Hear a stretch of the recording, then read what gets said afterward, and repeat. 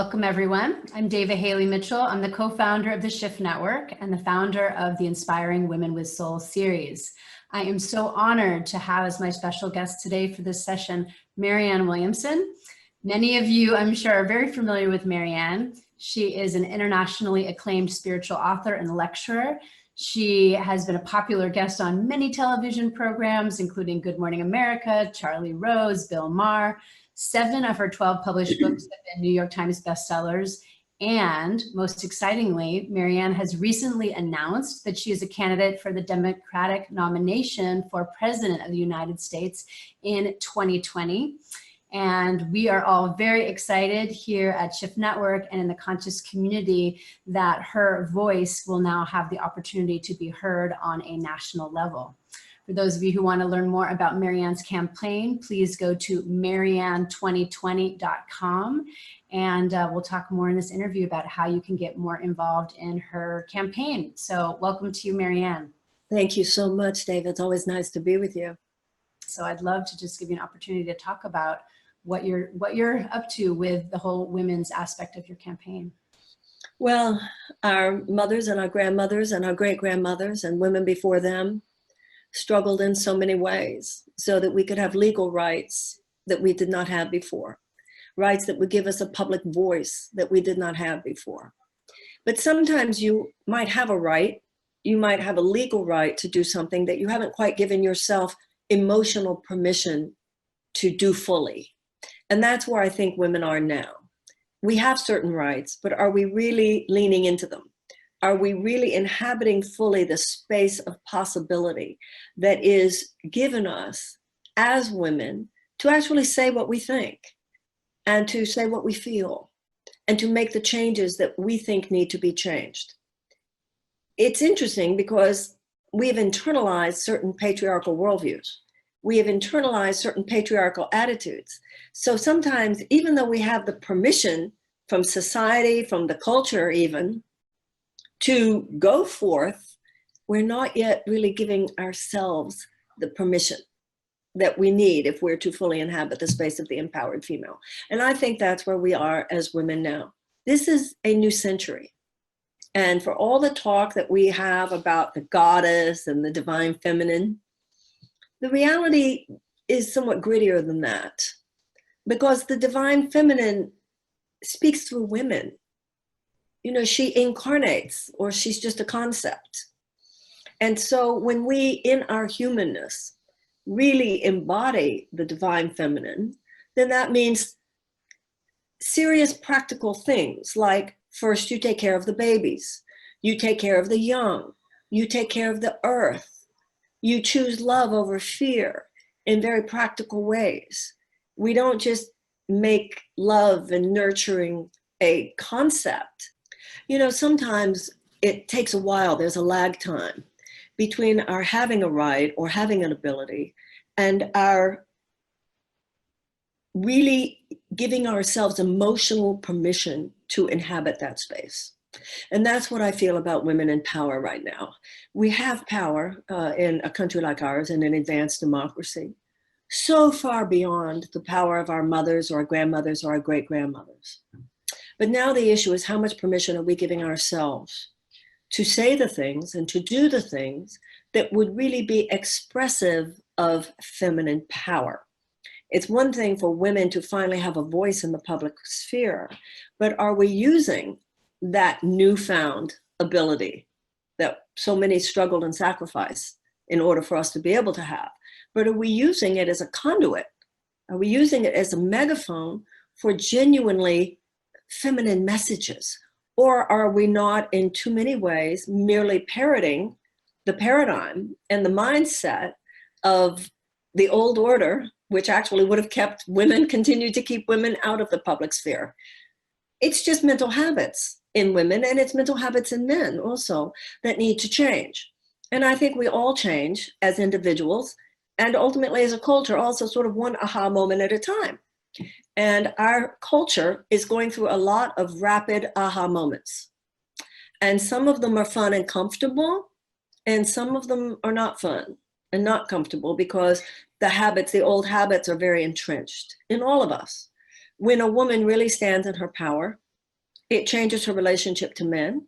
It changes her relationship to other women. It changes her relationship to herself in certain ways, and it changes her relationship to the culture. So I know I'm just one of millions of women dealing with this. And in my own life, I feel that I've come to a point where my desire to be someone in the culture and my desire to be deeply aligned with the feminine within myself are aligned enough. You know, I don't know about perfection in this.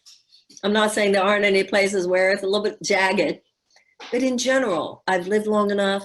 I've been part of this whole journey that we've all been taking long enough that I feel centered on knowing that I want to be in the public sphere, but I want to be there as a woman. Mhm. Yes, I know. And you've said before, we have the power, but we're not really using our power sufficiently. And especially when these patriarchal ideas, values are embedded so deeply in all of us, they're operating at this subterranean level. And so what do you feel like it will take for all of us to kind of reprogram ourselves in a way that feels very congruent with what we know to be true? Well, the process of individual transformation, of course, occurs within the individual. But we support ourselves by sharing our stories. And that's something you've been involved with, I've been involved with. Many of us, such as you and I, have been involved with not only in the level of our own personal stories, but in terms of sharing with other people what the stories are and the principles involved. You never know sometimes where you're going to get the insights, where you're going to get the little piece of information. And I think that many of us have been on this road for a long time. And we've, you know, we help each other up. It's like somebody's trying to climb over a fence and you put your hands out so they can put their feet on your hands and they'll be higher and they can get over the fence. We've all been doing that for each other for a long time now, emotionally, psychologically, and also professionally. And I think now there's a sense for me that rehearsal is over for our generation of women. We might not be perfect enlightened masters yet, but we are grown women now. And we have been through enough of the experiences of life that make a woman look in the mirror and say, I'm a grown woman now. And one of the things that I've talked about for a long time is how we seem to have had a crisis of adulthood in our society. Too many men acting like boys, too many women acting like girls, because we didn't have those life-changing experiences, such as the generation that fought World War II did. Those experiences that mark the kind of coming of age. And our coming of age experience has to do with the pain brought about by the fact that we were not growing up. And what we're going through in our culture right now demands that we be serious grown-ups, because these are serious times. Mm-hmm. But I think that what I see is people, both men and women, not only ready for the challenge, but happy that the moment is here. Not that we're excited about the form it came in, but enough already, ready, you know. I know in your life, the way you shared with so many of us, your journey to motherhood, and now you have the child. You know, there's the journey, and then you're there. We all have those things in our lives. That's the piece we're struggling to put into the larger picture. And then something happens. I know when I announced, you mentioned that I'm a candidate for the presidency, for the Democratic nomination.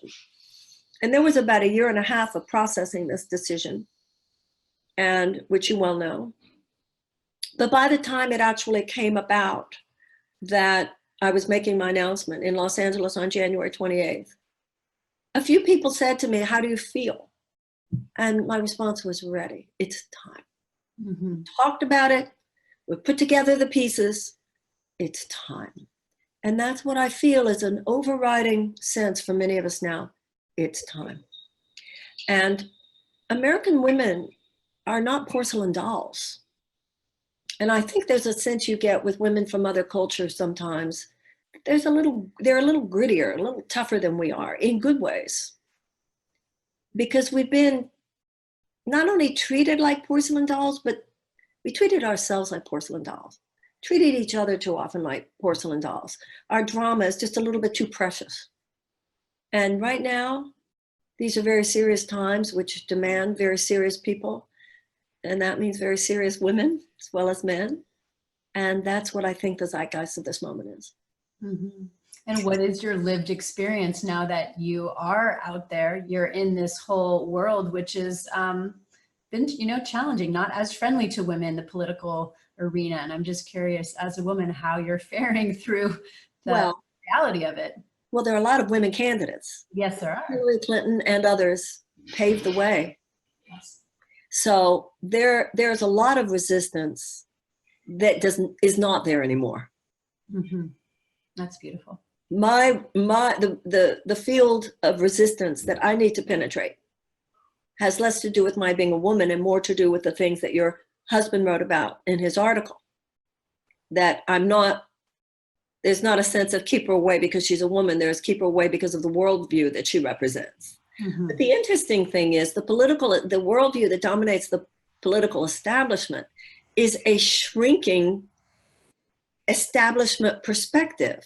Mm-hmm. When I first started my career 35 years ago, any conversation about transpersonal, integrative, holistic, conscious realities, all of this was like considered fringe. Mm-hmm.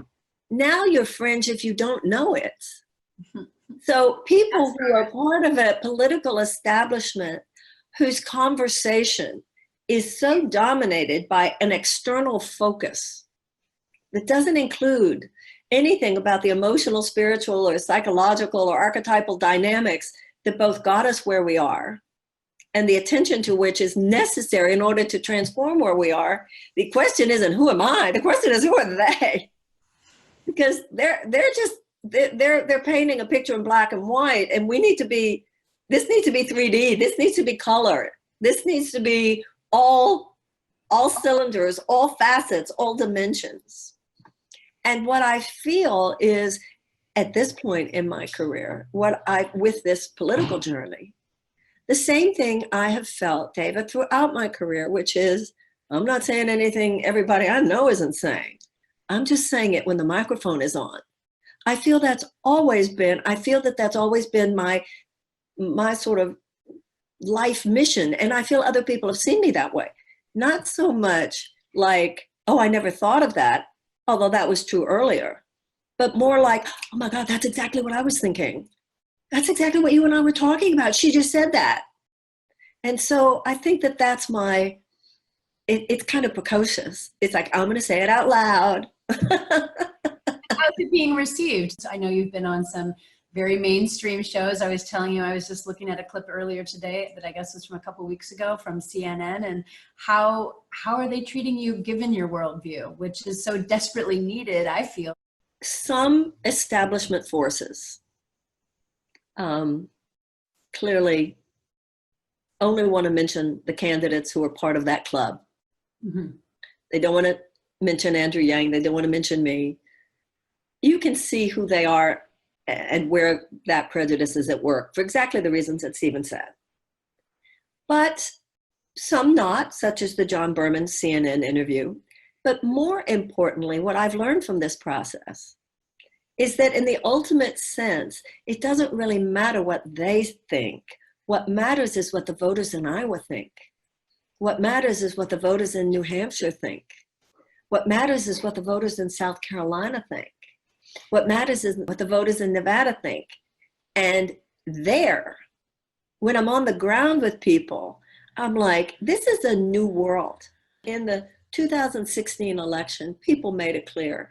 They wanted to disrupt a pattern. And that's why I believe there was going to be this populist cry of despair. It was either going to be a progressive populism such as a Bernie Sanders at that time, or an authoritarian populism like a Donald Trump. But it did not surprise me that they weren't hungry for someone saying, let's continue with things the way they are. And I believe that even though the change agent we got is not the kind of change that most of us would wish for, the desire for change itself was legitimate and still is. Mm-hmm. And so I believe not only my conversation, I feel this way also about Andrew Yang's conversation, are genuinely disruptive. But one of the things I see already is that the status quo protects itself and perpetuates itself by adopting and co-opting the disruptive language. So all of a sudden you have people who haven't used words like morality or love in 30 years in a political context, all of a sudden talking about it, or reparations or whatever. So what I hope, and this is where our community comes in a lot, early on people would say to me, oh, this is great, you'll get your voice out there. And I'm like, my voice is out there. I don't need to subject myself to this to get my voice out there. Then people say, well, you're right. They'd say, but you'll elevate the conversation. And I'm like, I'm not doing this to elevate the conversation. I'm doing this to try to elevate America. And where I see a lot of people is, I would love to see you be president. I would love to see you be president, but I guess it's not possible. I'm like, well, why isn't it possible? Because we've all been trained, men and women, to not go for what we really want. We've all been trained to say pretty please, maybe kind of, sort of, can I maybe kind of approximate what I really want.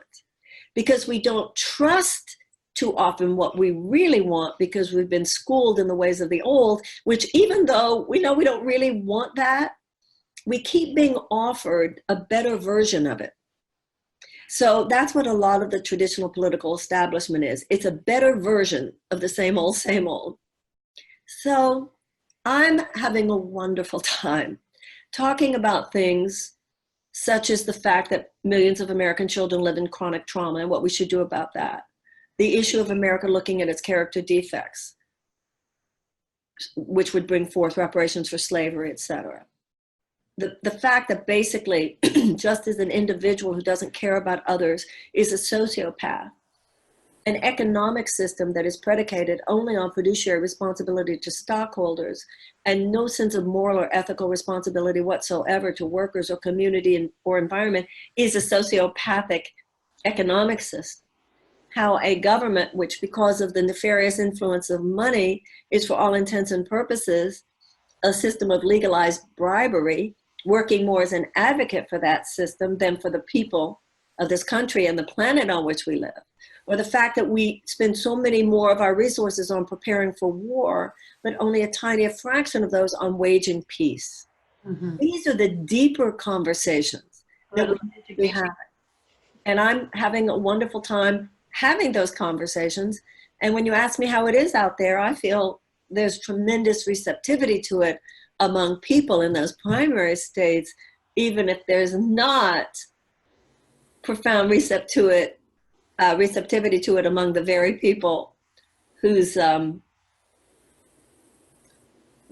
whose power would be somewhat questioned. You know, we're not supposed to have an aristocracy in this country.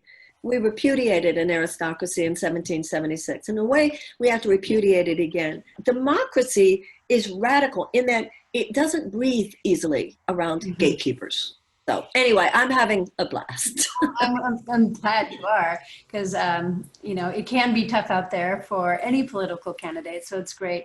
I wanted to just follow up with what you were talking about women stepping forward in different ways, as you are, as many women are in different kinds of capacities in our society. To be fully standing in your power, overcoming all these different things does take a lot. And, so what have you done internally to keep yourself strong? What do you recommend for others to be following your example of standing in much deeper leadership?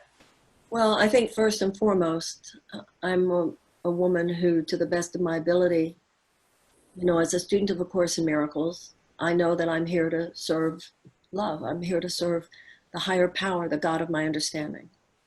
And this puts you on a very firm foundation.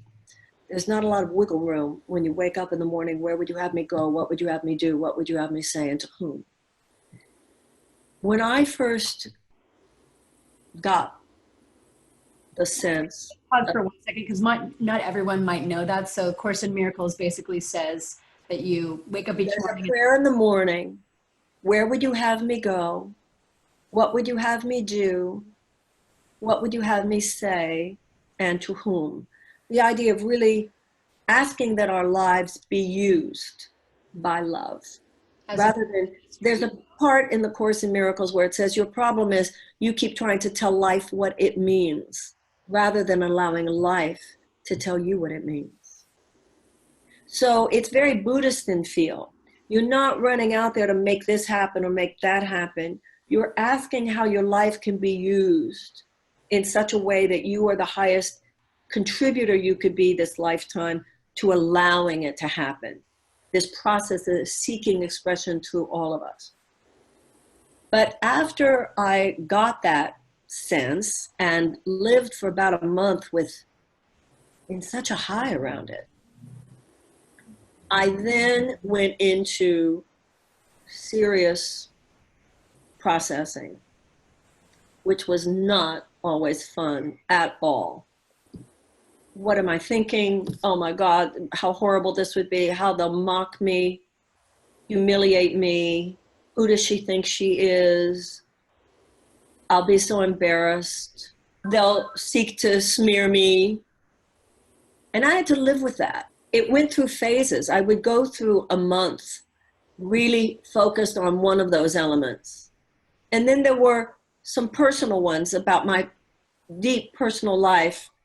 How can I do this with that? Or how can I do this without that? But I talked to many people, talked to you, talked to Stephen, talked to many of our colleagues, close friends, and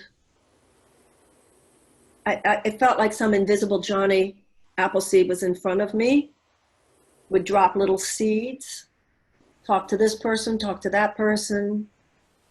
This is how you would put this together. This is how you would put that together. And the yeses just kept coming. And I remember at one point, because my biggest fear has been the mean things people say. And I remember how I had prayed that God would grow me a tougher skin. Because I'm a thin-skinned person. That's my blessing and my curse. I'm a Cancerian. So I feel in my work, my talent is I have a thin membrane. Sometimes I pick up what we're all going through like half a beat ahead. But the downside of that is on a personality level, I can be very thin-skinned. But that's true in all of us. Your weaknesses are the flip side of your strengths. So I don't want to be embarrassed any more than anyone else does. Everybody has their boogeyman. Oh my God, how would I live through this or that? But I know, among other things, that I have friends holding me up and praying for me. And when the going gets really rough, there are angels, both human and divine. Mm-hmm. Mm-hmm. Yes.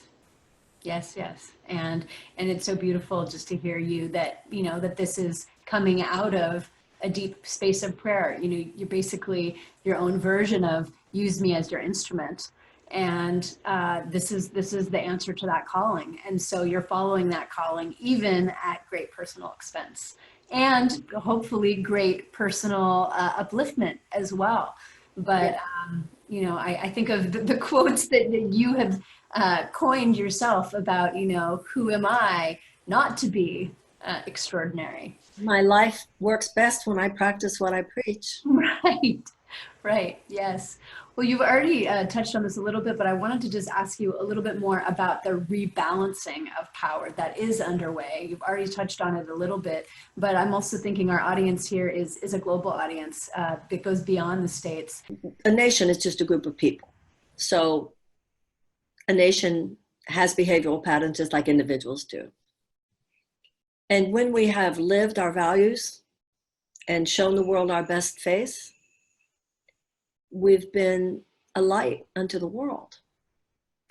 But when we have, as a society, fallen back into our own national character defects and behaved in some ways from the worst of who we are,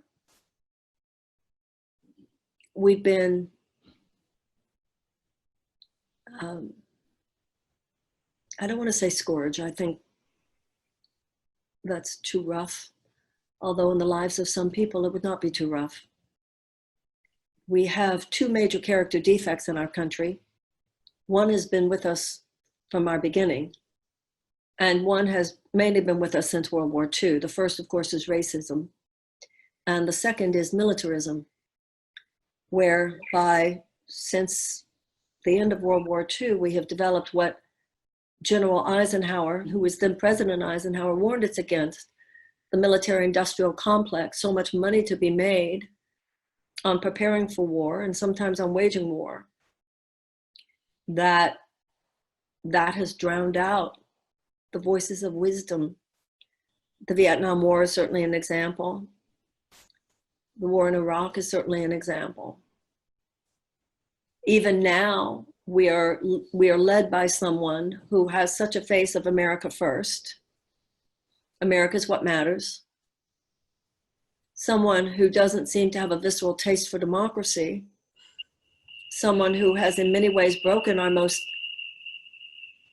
valuable bonds with other Western nations in a Western alliance, which is a family that matters, standing up for Western liberal values, and has seemed to get along better in some ways with the worst kind of dictators who do not share our values. All of that will end when I'm president of the United States. And I would like to think that all of that will end no matter what Democrat wins the election, even if it's not me. But that radical departure from the face we're showing the world now, and a return to the effort to live our values in the world, and to place an actual, not just a in word only, but in deed, taking a stand for democracy around the world and for human values. If I'm president of the United States, the world will know that the greatest ally of the United States is humanity itself. You know, I heard the Dalai Lama say that every nation should think of every other nation as its domestic partner. God didn't draw a line between this country and that country. National boundaries should be used to organize our societies, but they shouldn't be used to divide our hearts. Mm-hmm. And in the 21st century, we must evolve to a visceral, not only understanding, but experiential, cellular level recognition of this, or the human race is not likely to survive another 100 years. You know, I was reading the other day about this new kind of suicide drone. So if somebody's sending a suicide drone over a bridge, I mean, there's a level on which the only ultimate answer is for us to learn to love each other. And it seems to me that women should be the first ones to say this. Mm-hmm. Definitely. Well, thank you for saying it again and again in myriad ways. I know that for you to have your candidacy reach the level that you are hoping, that we're all hoping, so you can be included as part of the larger debates, you need 65,000 contributors. And I'm wondering if you can just share a little bit of, you know, you said even $1 contribution. I want to invite everyone who's listening today to contribute however much or small you can, but to give Marianne the opportunity to really run this race in the most full and mighty way possible. And so I believe people can go to your website, marianne2020.com. And yes, thank you so much. You know, we know there's someone who has harnessed fear for political purposes, and we must harness love for political purposes. A lot more people love than hate in this world, but those who hate seem to be hating with conviction today. And we need to put as much conviction, which is a force multiplier. We need to put as much conviction behind our love as some put behind their hate. Martin Luther King said, those who want peace must learn to organize as effectively as those who want war. And so my running is an example of one way that we can contextualize and give form to a more enlightened conversation within the political sphere. The DNC rules, the new DNC rules say that in order for me to be in the debates, I have to have, as you just said, 65,000 individual contributors. And I also have to have at least 200 donors in 20 states. That I'm not too worried about because we already have more than 200 donors in 15 states. But over the next few months, I need to get 65,000 individual contributors, and I only have a third of that now. So, like you said, somebody could give just $1. You know, somebody might say, well, I don't know if I want to vote for her for president, but I think she should be in the debates. I want her conversation in there. And the way you vote for that is by giving even $1, and then you are a contributor. So for that, as you said, somebody can go to Marianne2020.com or Marianne for President or Marianne Williamson for President. And also, I hope that people will peruse my website because I have issues, all kinds of things that I think people would find very interesting. Yes, I perused it myself. There is a lot of interesting things there. And what I would really encourage people to do too is, you know, there's a lot of wisdom that Marianne's sharing there. So I would invite you to tweet it out or put it on Facebook because there's a lot of really interesting and important conversations that you're putting forward that are really worth, even within your own group of friends, having deeper conversations about that Marianne is sparking. And so, well, that's what a grassroots campaign is. I mean, when you have all these major media outlets who won't mention, not just me, but also Andrew Yang, because they're acting like these self-appointed gatekeepers, you know, like I see online everywhere, when's Marianne getting her CNN town hall, right? Grassroots means it's us and our platforms. You know, if you have a Facebook page, you have a platform. If you have an Instagram, you have a platform. If you have a Twitter page, you have a platform. And as you've said, we have the power. Let's use our power. So this is democracy in action. And we have the opportunity to be using our power daily and to vote with our dollars, with our votes, with, you know, our social media, the kind of world and the kind of conversations that we want to be having in it. So. And if we want it, we can have it, but we have to make it happen. Right. I think in the spiritual community, in the higher consciousness community, there's been a habit of political disengagement, you know, and I know you and Stephen have talked about this also. We've all been on the same page about that. Stephen wrote a book about it. It's based on a counterfeit spirituality, I have to tell you, because there's no spiritual or religious tradition anywhere that gives any of us a pass on addressing the suffering of other sentient beings. And that's what all this is about. These policies, if the political policy guts the Clean Water Act or guts the Clean Air Act or overturns the ban on, I mean, you're a mother now. I mean, they overturned the ban on selling pesticides that we know harm a child's developing brain so that chemical companies can make more profit. We don't fight climate change so oil companies can make more profit. I mean, there are so many ways. We don't have universal background checks so that gun manufacturers can make more profits. These are our children. Yeah. Well, we can vote with our feet and with our tweets and our money. And I'm so proud of you that you are running, and you know, the grassroots force is mighty. So I invite everyone, let's use our collective power and make sure Marianne is propelled as far as she is destined to go. Well, sorry. No, I was going to say, and I'm just going to give you the final words as we're coming to the end of our time here. I just want to say thank you for that so much. I appreciate more than you can know. And also, I hope you know how many of us, I know your baby's almost 2 years old now, but I hope that you have felt the celebration in so many of our hearts because you were so brave and you were so honest and you were so raw about your journey to motherhood, giving hope and inspiration to so many other women.